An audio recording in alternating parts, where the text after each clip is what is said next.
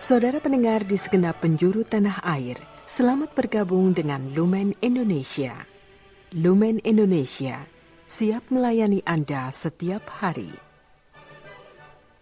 Saudara terkasih, marilah kita bersatu dalam Tuhan kita Yesus Kristus yang tidak berubah dahulu, sekarang, dan selama-lamanya. Allah Sang Maha Rahim mengasihi dan menerima sebagaimana adanya kita. Allah Bapa kita di surga senantiasa bersedia menolong, menghibur, dan meneguhkan kita dalam menghadapi segala permasalahan hidup sehari-hari.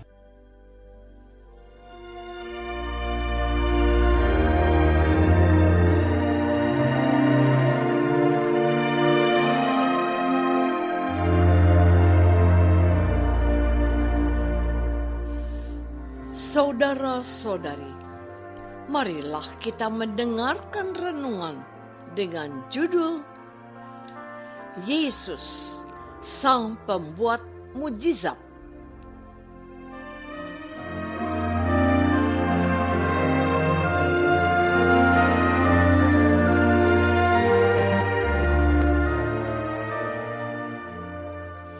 Yang berdasarkan pada Injil Yohanes bab 6 ayat 11. Lalu Yesus mengambil roti itu, mengucap syukur, dan membagi-bagikannya kepada mereka yang duduk di situ. Demikian juga dibuatnya dengan ikan-ikan itu, sebanyak yang mereka kehendaki.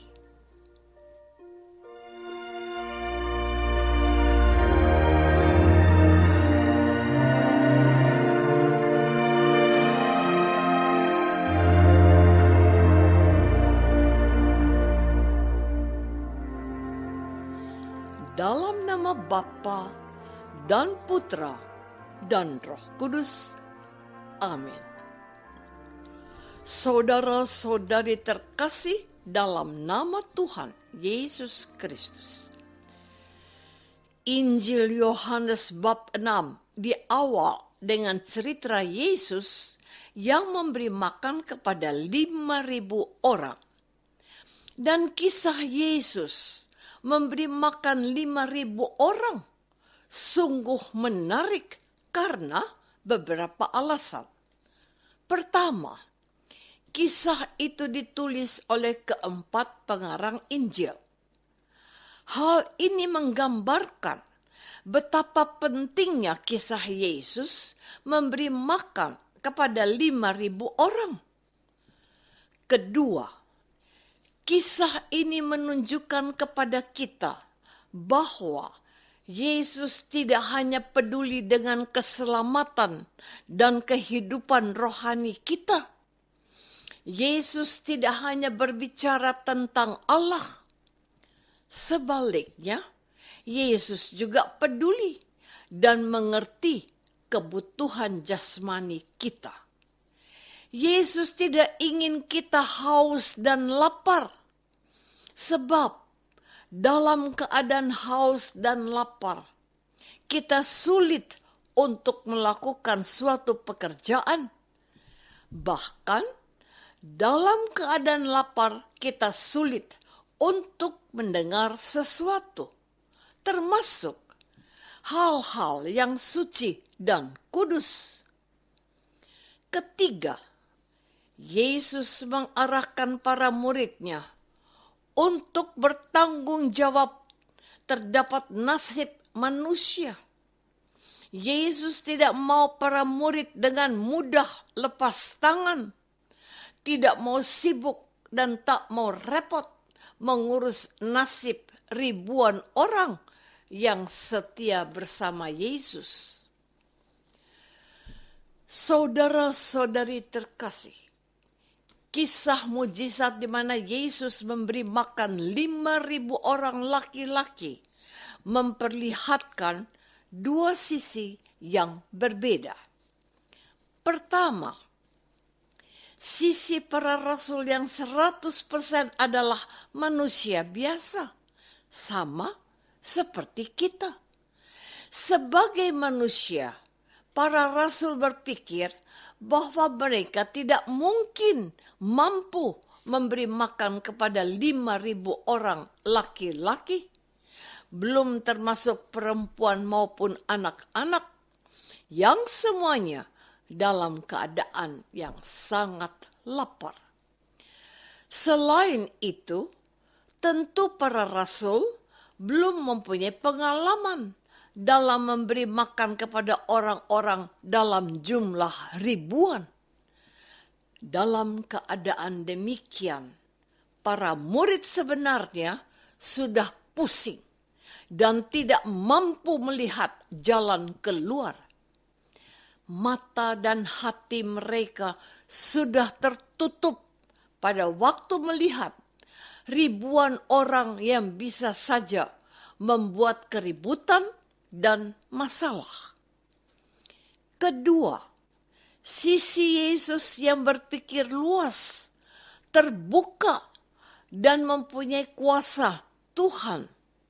Tuhan Yesus tidak melihat 5.000 orang sebagai masalah, tetapi Tuhan Yesus melihat kepada Allah. Yesus tahu bahwa Allah akan melakukan suatu mujizat, keajaiban yang terjadi di luar pikiran dan akal budi kita. Saudara-saudari terkasih, melalui mujizat di mana Yesus memberi makan 5.000 orang, Yesus mengajarkan beberapa hal.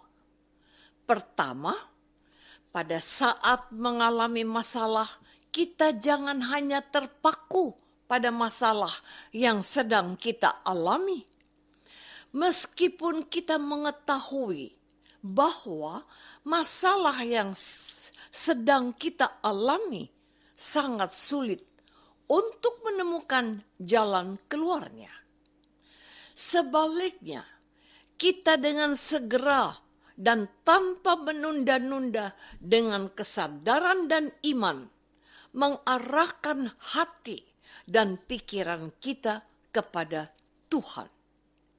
Kita bisa melihat bahwa para rasul cuma terpaku melihat 5.000 orang yang berada dalam keadaan lapar. Para rasul tidak menyadari bahwa Allah lebih besar dan berkuasa. Sebab sesungguhnya saat kita menghadapi masalah, kita bisa memilih mendekatkan diri kepada Tuhan atau menjauhkan diri dari Tuhan. Hal ini ditunjukkan oleh Yesus dan para muridnya. Para murid memilih menjauh dari Allah, sehingga mereka tidak menemukan jalan keluar dari masalah tersebut. Sedangkan Yesus memilih mendekatkan diri kepada Allah, sehingga menemukan jalan keluar. Akibatnya, bagi para murid, masalah yang mereka hadapi menjadi sangat besar dan Allah menjadi kecil. Sementara bagi Yesus, sesungguhnya tidak ada masalah besar sebab ada Allah yang maha besar. Saudara-saudari terkasih, hal kedua yang kita pelajari dari kisah Yesus memberi makan kepada 5.000 orang adalah ajakan Yesus agar belajar bersyukur dan memberi. Bersyukur berarti kita mengarahkan hati dan pikiran kita kepada Allah. Dengan mengarahkan hati dan pikiran kita kepada Yesus, apapun yang kita alami, kita mampu melihatnya dengan kacamata Allah. Artinya, kita tidak lagi melihat, berpikir, dan merasa menurut cara manusia, melainkan cara Allah. Dengan bersyukur, membuat kita berpikiran positif dan terbuka. Orang yang mengarahkan hati dan pikirannya dapat mengucapkan syukur kepada Allah walaupun dia cacat. Sedangkan orang cacat yang tidak bersyukur menjadi cemberut, suka menyalahkan Tuhan dan sesama yang membuat dirinya cacat. Sedangkan dengan ajaran berbagi atau memberi, Yesus mengajak kita agar tidak mementingkan diri sendiri. Sebab pada waktu kita memberi kepada orang lain, sesungguhnya kita sedang menanamkan sesuatu untuk diri kita. Selain itu, dengan memberi, Tuhan justru membuat yang sedikit menjadi banyak.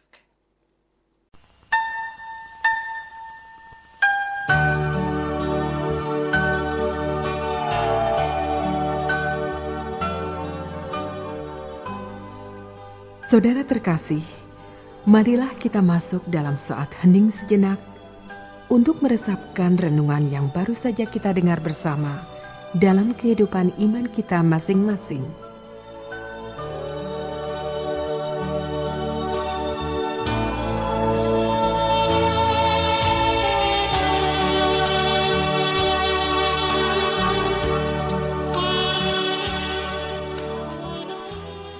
Apakah kita sudah mengarahkan hati dan pikiran kepada Yesus, Sang Pembuat mujizat, yang mengubah yang tidak mungkin menjadi mungkin? Marilah kita berdoa.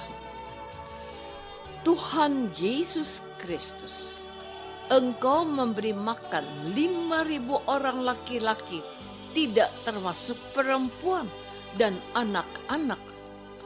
Tambahkanlah iman kami, sehingga kami bisa bersyukur dan belajar memberi kepada sesama kita yang berkekurangan.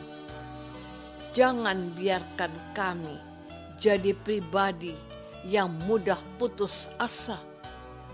Doa ini kami persembahkan dalam nama Yesus, Tuhan dan pengantara kami. Amin. Semoga kita semua selalu dinaungi dan dibimbing oleh berkat Allah yang Maha Kuasa.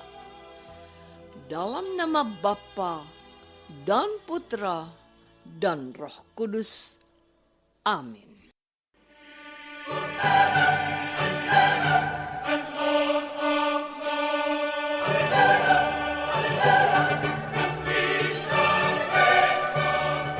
Dengan penuh kasih dan sukacita, Lumen Indonesia mengundang saudara-saudara seiman di segenap penjuru tanah air. Sekiranya ada tanggapan ataupun saran, kirimkan surat Anda ke Lumen Indonesia. Terima kasih atas perhatian Anda. Sampai berjumpa lagi dengan Lumen Indonesia pada waktu dan gelombang yang sama esok hari.